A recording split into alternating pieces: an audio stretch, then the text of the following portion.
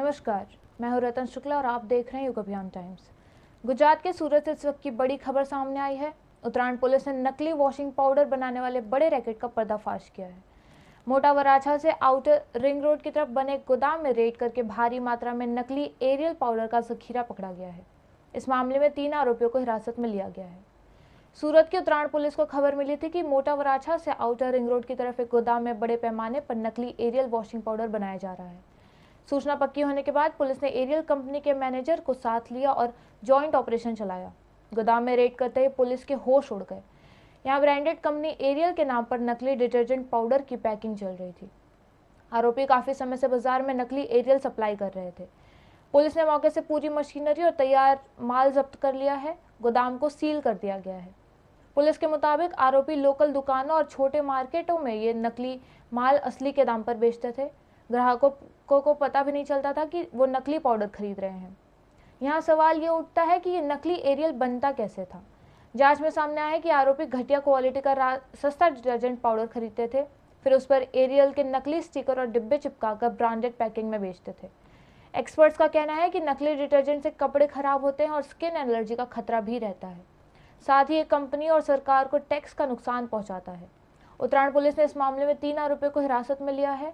इनसे पूछताछ की जा रही है कि इस रैकेट की नेटवर्क कितना बड़ा है और इसके पीछे कौन कौन शामिल है। पुलिस ने एरियल कंपनी की शिकायत पर कॉपीराइट एक्ट और धोखाधड़ी की धाराओं में केस दर्ज किया है। हमारे संवाददाता भरत ब्रह्मभट्ट जगह पर मौजूद थे। आइए देखते हैं उनकी रिपोर्ट।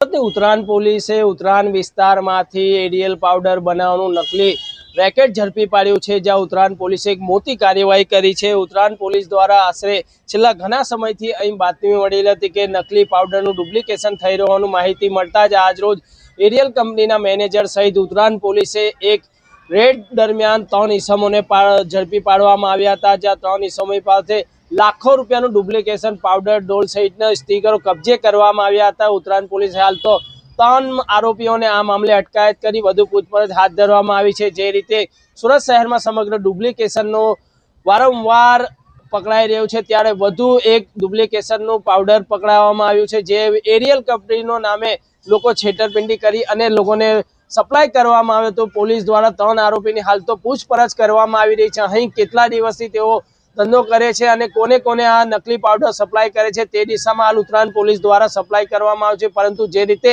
એક ઉત્તરાયણ પોલીસ દ્વારા મોટી કાર્યવાહી કરે છે, એટલે નકલી એરિયલ પાવડર બનાવતા એક કારખાનું ઝડપી પાડવામાં આવ્યું હોય તો કહી શકાય નવાય નહીં, પરંતુ 3 આરોપીને હાલ સ્તર પરથી ઝડપી પાડવામાં આવ્યું છે, જ્યાં બોક્સ એરિયલ પાવડર સહિતના નુકસાનને નકલી સ્ટીકરો સહિત નકલી પાવડર ઝડપી પાડી અને આગળની કાર્યવાહી ઉત્તરાયણ પોલીસ દ્વારા કરવામાં આવી રહી છે।